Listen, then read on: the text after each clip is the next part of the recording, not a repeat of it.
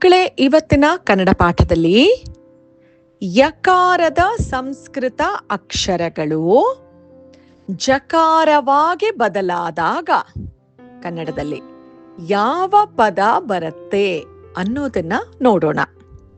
ಸಂಸ್ಕೃತದಲ್ಲಿ ಯಾ ಅಕ್ಷರದಿಂದ ಆರಂಭವಾಗುವಂಥ ಪದಗಳು, ತತ್ಸಮ ಪದಗಳು ಕನ್ನಡಕ್ಕೆ ಬಂದಾಗ ಜ ಅಕ್ಷರದಿಂದ ಆರಂಭವಾಗುವ ಪದಗಳಾಗಿ ಬದಲಾಗತ್ವೆ. ಇಷ್ಟೇ ತಿಳ್ಕೋಬೇಕಾಗಿರೋದು. ಉದಾಹರಣೆ ನೋಡ್ತಿದ್ದ ಹಾಗೆ ನಿಮ್ಗೆ ಗೊತ್ತಾಗತ್ತೆ. ಯತಿ, ಸಂಸ್ಕೃತದಲ್ಲಿ ಯತಿ ಅಂದಾಗ ಕನ್ನಡದಲ್ಲಿ ತದ್ಭವ ಪದ ಯಾವುದು? ಜತಿ.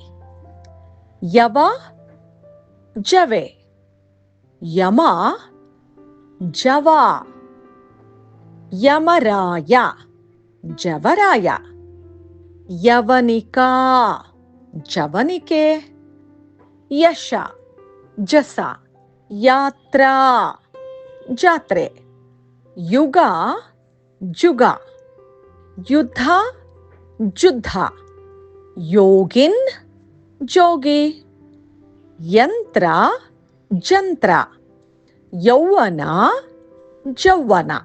ಈಗ ನಿಮ್ಗೆ ಗೊತ್ತಾಯ್ತಲ್ಲ, ಸಂಸ್ಕೃತದಲ್ಲಿ ಯ ಅಕ್ಷರದಿಂದ ಆರಂಭವಾಗುವಂಥ ಪದಗಳು ಕನ್ನಡಕ್ಕೆ ಬಂದಾಗ ಅದು ಜಕಾರದ ಪದಗಳಾಗಿ ಬದಲಾಗತ್ವೆ ಅಂತ. ಮುಂದಿನ ಪಾಠದಲ್ಲಿ ತತ್ಸಮ ತದ್ಭವದ ಮತ್ತೊಂದು ವಿಭಾಗವನ್ನ ನೋಡೋಣ.